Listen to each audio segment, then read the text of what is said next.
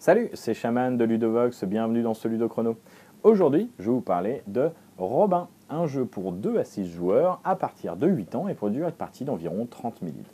Alors dans Robin, chaque joueur va jouer un des lieutenants de Robin et notre but va être de démontrer à Robin des Bois que nous sommes le meilleur lieutenant évidemment. Nous avons des cartes et l'objectif principal du jeu va être de récupérer ces cartes, mais pas n'importe comment, puisque en fait ces cartes vont être identifiées par des petits symboles. Ce sont des cartes qui représentent des missions que nous allons effectuer pour la bande de Robin. Il y a 6 symboles, jaune, vert, rouge, noir, marron et bleu, un feu de camp, la nourriture, épée, coffre, cheval et un petit Robin dessiné. Et nous allons, notre objectif de jeu est d'accumuler 7 cartes de ce type-là dans notre main. Nous avons un plateau de jeu qui représente le chemin qui va de la forêt de Sherwood au château de Nottingham. Et plus nous allons aller loin en direction du château, plus nous allons pouvoir récupérer des récompenses fortes, mais nous allons aussi prendre des risques, le risque de devoir fuir jusqu'au cœur de la forêt. Donc à son tour, un joueur va commencer par regarder en fonction de son emplacement sur le plateau les cartes missions qu'il récupère et les contributions qu'il doit donner à la bande de Robin. Donc plus on avance, plus on voit que ça augmente au niveau des récompenses de mission, mais aussi plus ça augmente en termes de contribution. Donc on va commencer par piocher le nombre de cartes qui est indiqué ici. Donc, je vais piocher une carte mission, voilà, puisque je suis sur l'emplacement 1, et ensuite je vais devoir donner le nombre de cartes qui est indiqué ici en contribution. Donc ici c'est 1, 0, j'en pioche une, j'en donne 0, mais le jaune par exemple en piocherait 3, voilà, les prend à sa main, et ensuite, parmi toutes les cartes qu'il a dans sa main, il doit en rendre une ici dans la pile de contribution. Donc là, je vais hop, faire ça au hasard.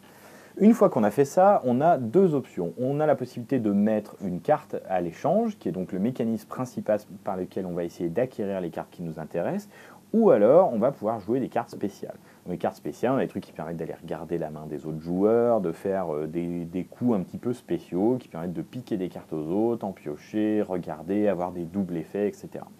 Sinon, le mécanisme principal va tout simplement être de choisir une carte de sa main, la mettre disponible à l'échange aux autres joueurs. Donc là, je mets un symbole cheval, et les autres joueurs vont ensuite, chacun à leur tour, pouvoir choisir de participer ou non en mettant une carte à l'échange. Une fois que tout le monde s'est décidé, on retourne, et là, le joueur qui avait proposé la première carte, le joueur actif, hop, va décider avec qui il fait un échange. Donc là, par exemple, imaginons que j'essaye d'avoir les 7 cartes feu de camp, eh bien, je vais donner la carte cheval à mon adversaire. Celui qui n'a pas été choisi reprend sa carte.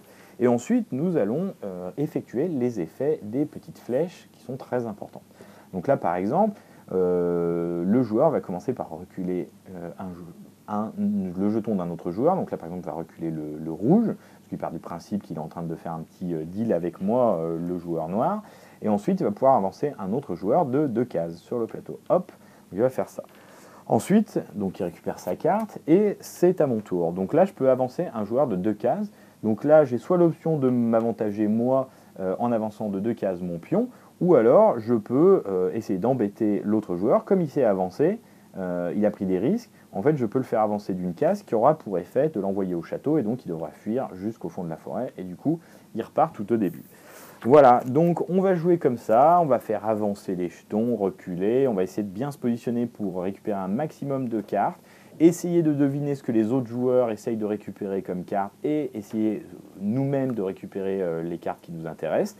Et à la fin d'un tour, si un joueur a réussi à avoir 7 cartes d'un même type, ou 6 cartes d'un type et qu'il se situe sur la case du plateau où on a un symbole de ce type, cela va compter comme s'il avait une carte bonus de ce type-là, et du coup, il pourra dire, voilà, j'ai gagné, j'ai réussi à faire ma collection de 7 missions d'un même type.